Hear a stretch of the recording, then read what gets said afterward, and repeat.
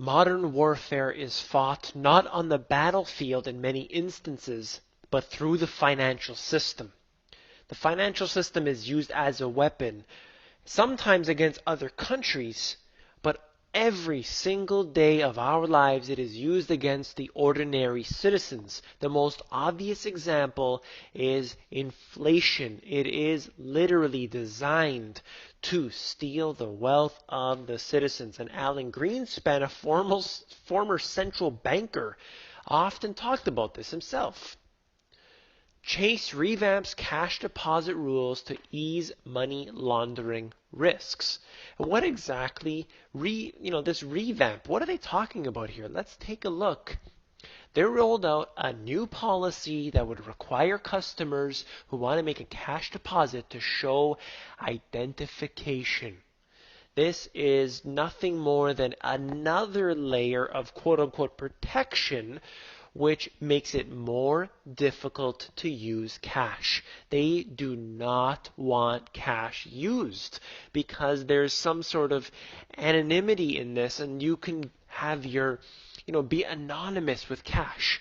But with credit cards, with digital money, there is a trace in there and they can shut you off nice and easy. And I'll get into that in a moment. Let's take a look at this actual document here. This was sent to Kristen Megan, the military veteran you may have known. To safeguard your account, we're making some changes in how we accept cash deposits. And this is Chase here saying this.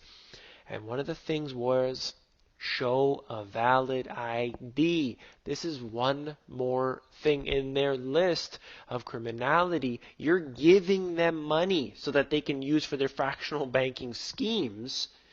And they're going to say, we want you to show ID. We're going to charge you $5 to use the ATM. We're going to impose negative interest rates on you. And we're going to do capital controls because that's what this is. What about this? Central bank kicks off a €1 million campaign for cashless society. And they're suggesting that by pulling the currency out of the circulation, they're going to save €1 billion per year. Now, while it may be true, they may save money, there is not a doubt in my mind that this is not what it's about. Saving money is not what the government does. In fact, every single year over year, it must spend more. That's how this system is designed. Every single year they require more and more funding. That's how this works. Temporarily they may pull a tax out of somewhere, but ultimately the overall taxation increases year over year. That is with any government around the world.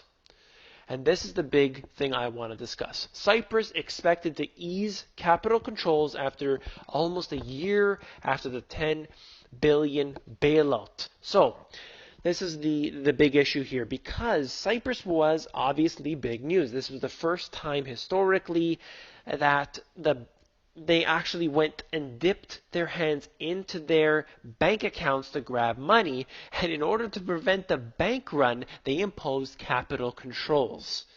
This is what I've warned about so many times. And of course, I've been called a fear mongerer because I worry for my own money, for my family's own money. And I'm coming on to, with my book, with my YouTube, and I'm saying, please do something with your money. Don't leave it in there. Buy anything. I don't care. Buy something with it because ultimately the cash is the weakest link.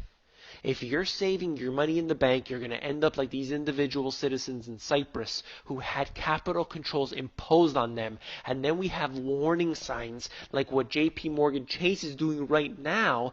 And we have this opportunity to seize it. And what are people doing? They're doing nothing but putting their money in the bank.